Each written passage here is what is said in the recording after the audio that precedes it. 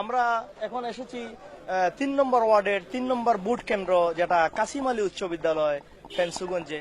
আমরা এখন কথা বলবো এই ওয়ার্ডের একজন সম্মানিত মেম্বার পদপ্রার্থী জনাব আব্দুল আহাদ খান জামাল সাহেবের সাথে। জনাব জামাল সাহেব, এখানে তো সকাল ৯টা থেকে এখন মতো বুট হয়েছে, বুটগুলা কি খুব শান্তিপূর্ণভাবে হয়েছে এবং সামগ্রিক পরিস্থিতি নিয়ে আপনার মূল্যায়ন?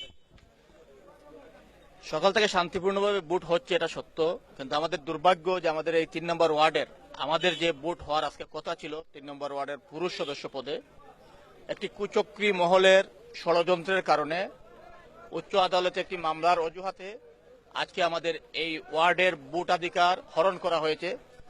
আমরা যারা ষড়যন্ত্র করে এই ভোটাধিকার কেড়ে নিয়েছে, এই ভোটাধিকার যাতে অনতিবিলম্বে ফিরিয়ে দেওয়া হয় এবং এই ওয়ার্ডের নির্বাচন করে এই ওয়ার্ডের ন্যায্য দাবি দেওয়া আদায়ের জন্য এবং এই ওয়ার্ডের উন্নয়ন যাতে অব্যাহত থাকে, এই জন্য যত দ্রুত সম্ভব এই যে নির্বাচন স্থগিত হয়েছে সেই নির্বাচন যাতে করা যায়, সেজন্য আমরা জনমত গড়ে তুলব, প্রয়োজনে আন্দোলন গড়ে তুলব। কারণ ফেঞ্চুগঞ্জের সকল নির্বাচন বন্ধ করার জন্য একটি অদৃশ্য গোষ্ঠী, একটি ষড়যন্ত্রকারী গোষ্ঠী ফেঞ্চুগঞ্জের মানুষের ভোটাধিকার নিয়ে সিনেমিনি খেলছে এবং তারই অংশ হিসাবে আজকে এই ওয়ার্ডের নির্বাচন বন্ধ হয়েছে। আমরা এদের বিরুদ্ধে ফেঞ্চুগঞ্জের আপামর জনতাকে সাথে নিয়ে এদের বিরুদ্ধে প্রতিরোধ গড়ে তুলব। তবে আমাদের দুর্ভাগ্য যে রাত্রে 3টার সময় নির্বাচন স্থগিত করা হয়েছে।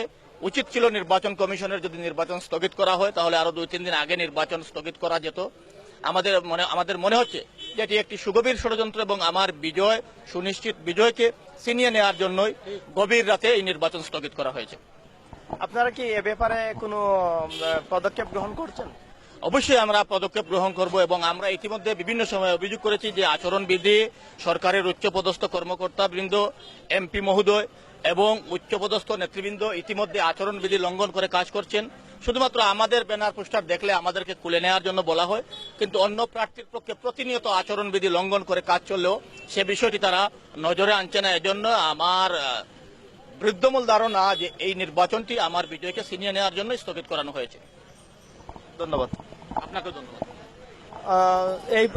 এই ওয়ার্ড সহ সিলেটে মোট 5টি ওয়ার্ডের নির্বাচন স্থগিত করা হয়েছে।